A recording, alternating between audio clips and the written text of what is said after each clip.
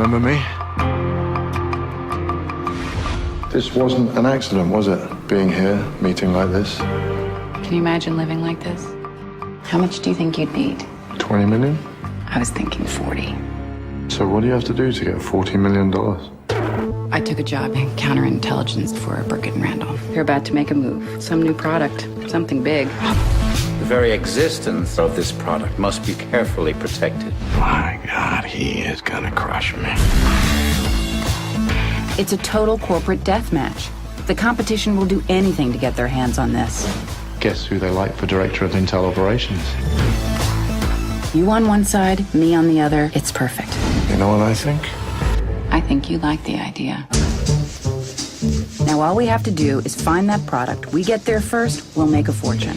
Bingo. I think I found a way in. Oh. Excuse me. What was it before I got here? Appletini. Well, that sounds good. No peeking.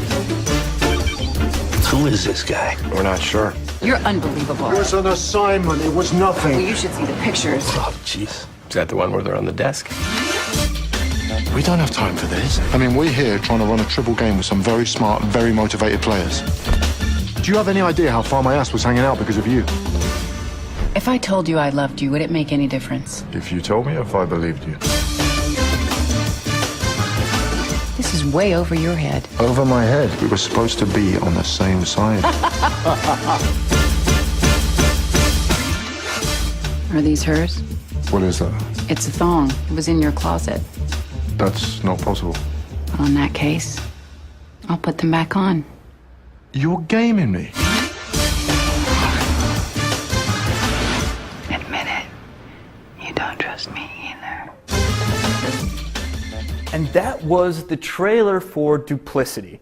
And before I watched the trailer, I was like, is this just gonna be Closer Part 2? And I was pleasantly surprised. Clive Owen's performance was hysterical, and Julia Roberts was amazing, and together it was really magical. I was really amazed by this trailer, and I'm excited by this film. Well, you mentioned Closer Part 2, and I was really hoping that that's what we were going to get, because I particularly loved them both in Closer. I was almost as excited to see them reunite on screen as Leonardo DiCaprio and Kate Winslet. However, I was sorely disappointed. I did not think this trailer was good.